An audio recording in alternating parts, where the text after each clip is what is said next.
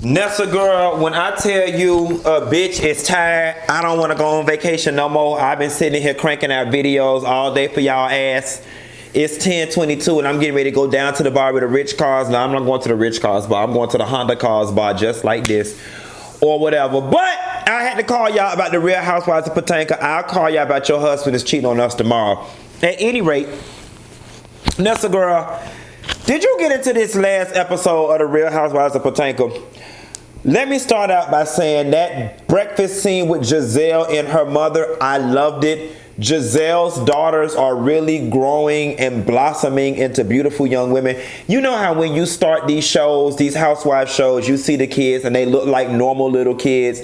Then as they start hitting that preteen, upper teen area, they start blossoming into the woman that they're bound to become. Well, that's what Gizelle's daughters are doing, and they are going to be very pretty young ladies. Hats off to them for that. But Gizelle did one thing I didn't agree with, and that was put so much emphasis of the heartbreak of Sherman not being there on her daughters. Talking about, oh, Sherman not being there is a void in their life. No. I'm of the mindset if they've got an active dad in their life, and if Jamal Bryant is doing any and everything he's supposed to do for his kids in terms of influence and spending time with them, that Sherman's presence in their life has very minimal impact. The gag must be that Jamal ain't doing what all he's supposed to be doing, but we'll save that for another day.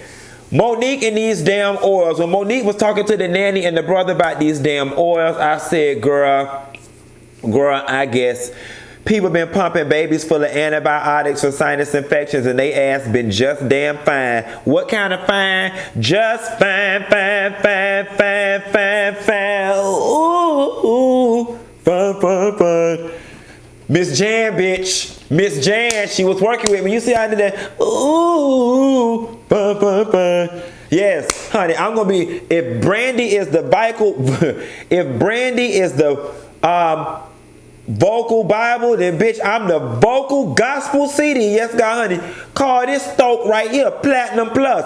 Clark Sisters reunion chords. Yes, God, honey. Fine. Ooh, just fine. Yes, honey. Y'all ain't ready, bitch. Robyn, can I use your bathroom? Hell no, Troy. Robyn, you the most ungrateful broke bitch I know. Now, granted, we know going on the girls trip and it's being Monique's birthday is a whole setup by Bravo, as if y'all had a choice whether y'all were going or not. However, the simple fact that Monique invited you, the story is her and her husband are paying for it, and you still calling Ashley being shady. I'ma go, but I'm not doing this. I don't want to. I'm like, you know what, bitch? Stay your broke ass home. If you ain't got no money, stay your broke ass home. That's really what's going on. She ain't got no money and she looking for a reason to stay her broke ass home so she can choose another room in her starter town home and do all this. Robyn, you did all this. I ain't even gonna start with that lady house today, because a home is not a home unless it got decorations and all this in it. And she ain't got all this. I mean, she got a little bit of that in some of this, but she ain't got all this. Not with the dip back, hand, head, and sprinkle. That's too many counts in that 8 count. All this, that's 6 counts. That's 6 out of 8. She ain't got no full 8 count. She damn sure ain't got no 6. She got a 2 count. Some of that and a little bit of this. Some of that and a little bit of this, baby. Not all this. That's too many counts, bitch. I am so hilarious. That's funny. I know y'all hoes gagging at all this. And 1 and 2 and 3 in this. That's too much. She got in 1 and 2 and where's the rest? Okay.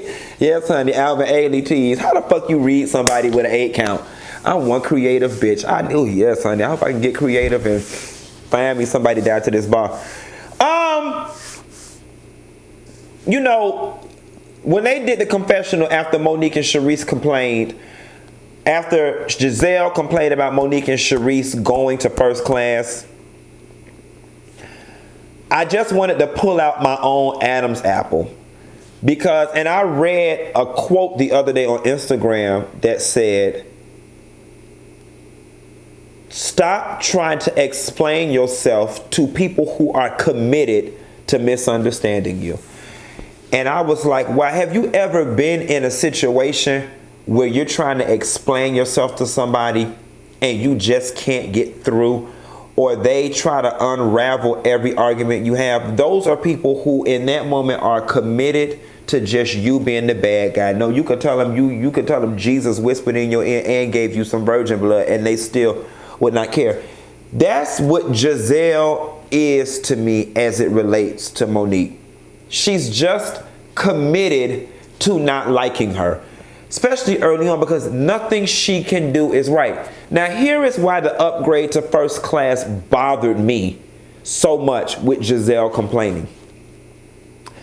Y'all already looked this girl in her face and said you didn't want to go on the trip, but y'all are going to go take your free trip and do your own thing, which means y'all came and pre-warned the group that y'all were going to break off and do y'all own thing because we don't want to be around you.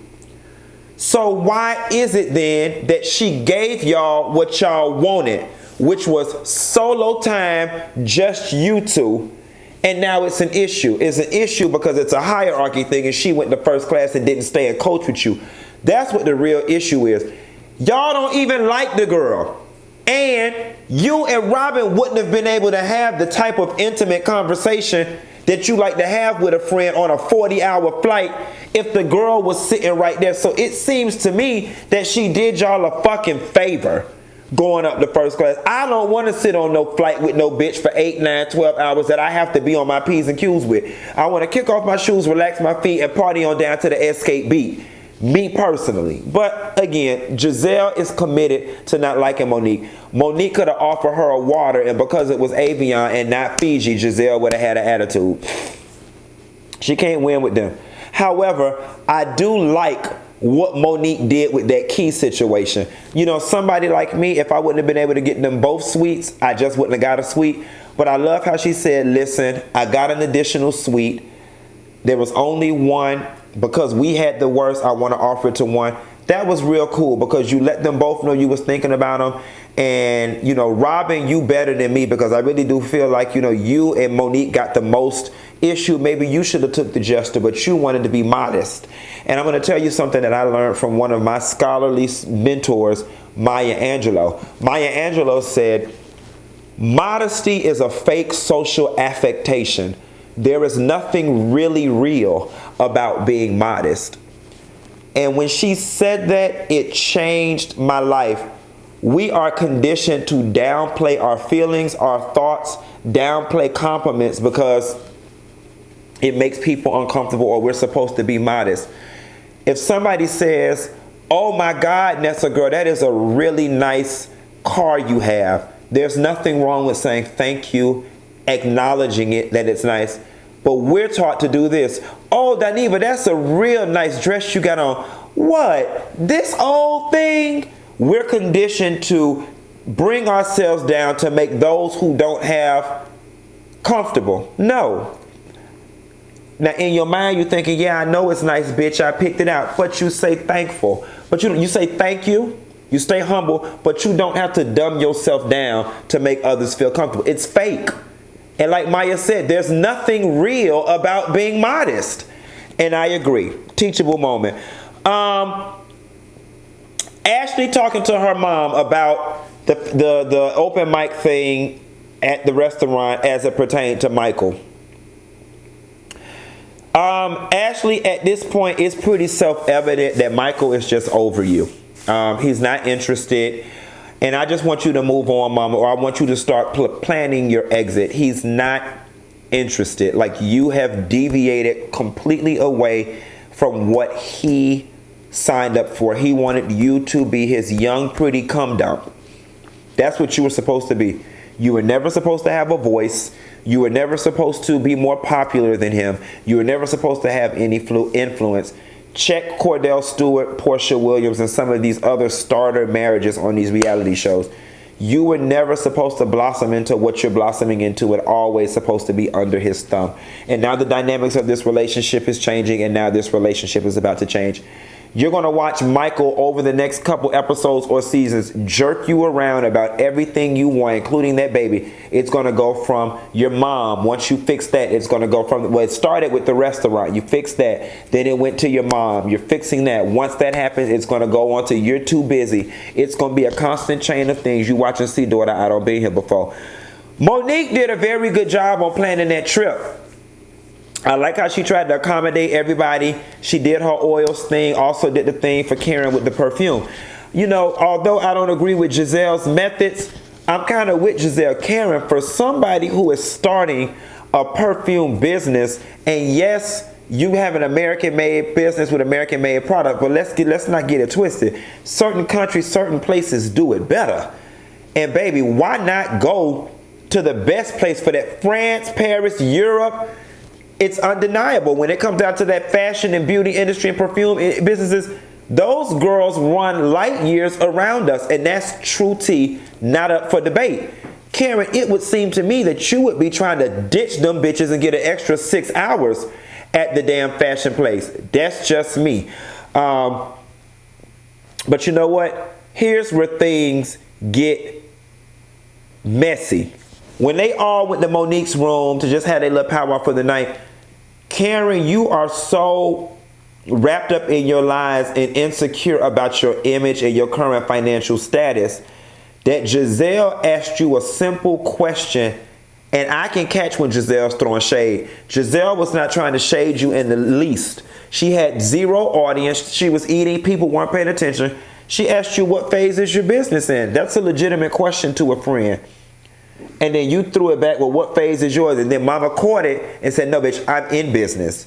Karen, again, your insecurities rained down on me like the sperm and the cum that SWV was talking about in that song. And I just figured out that's what that song was about, them nasty bitches. And then Coco gonna find the Lord. She won't sing Downtown no more, but she'll sing Rain Down on Me. Really, Coco? Talk about selective outrage. Never mind. Let me stay on task. Karen, what's wrong with saying we're in research and development, we're in the testing phase, we're still in the developmental phase? Like, you got very defensive really quickly, and Gizelle checked your. Gizelle's like, no, bitch, I'm in business. And you know what, let me see, you know, listen, I'm with you when you're right, and Gizelle was right, honey. But since you opened up that door, and again, Karen, you must not be watching my videos. Sis, I already told you. You've gone out of your way to call yourself the grande dame and present this image as if you are so much above and better than the rest of these ladies. That is why they take such delight in knocking you down a peg or finding holes in your story. If you would just be real about what's going on in your life, I promise you these ladies would not be interested. But now they are coming at you for sport. The game has become, how many lies can we find Karen in this week?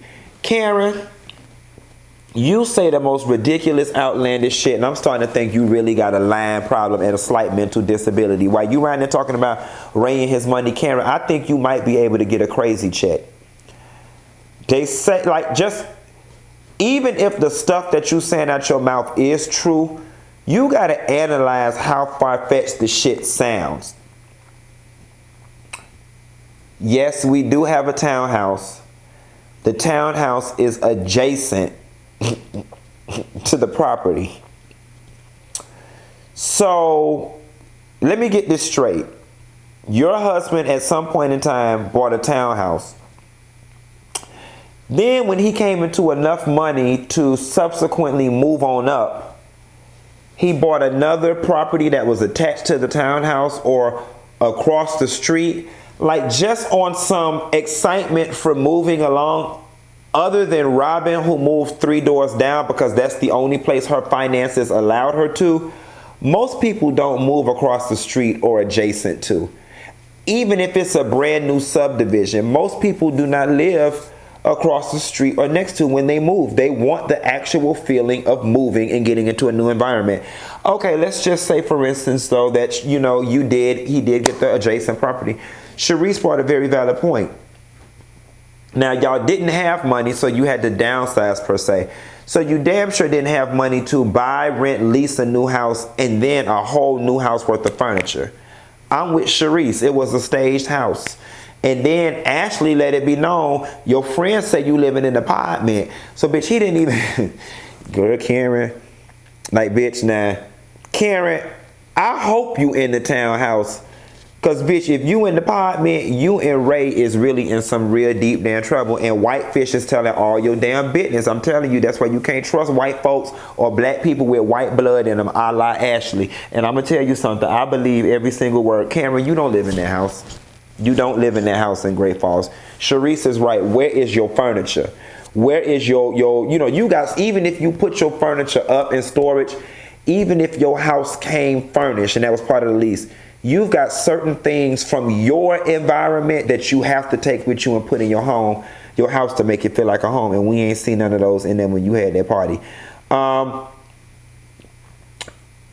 Gizelle bringing up Monique upgrading at their little powwow. I'm glad that Sharice jumped in and she and Monique had a legitimate answer that Gizelle was able to process, because Monique's sentiments mimic my frustration. She was like, really? Like, are you really about to nitpick this? Like, that's how I was feeling when Gizelle said it. And I'm just glad they had something to kind of close it on out. I do like too when Monique was talking and Gizelle was giving her just some real, like, big sister advice. It came off very first lady, like it came off genuine. And I think that Monique and Gizelle got off on the wrong foot. They really don't have any real reason to be mad at each other. And hopefully they can continue to occupy that space. And last but not least, them meeting Karen in that lobby and going off of Karen having her tennis shoes on. Y'all gotta understand, Karen might be fashionable, Karen might be grand, but Karen is also old. And Karen is like, listen, bitch, I got my husband whether I want him or not.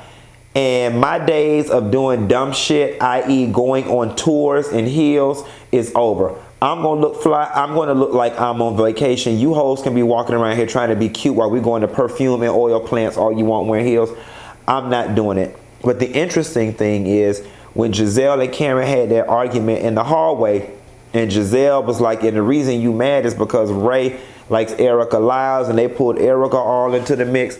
Things got very interesting. Now, what I do like, Karen lacks the ability to be real with her own business, but she always calls them hoes to the carpet and make sure they're real.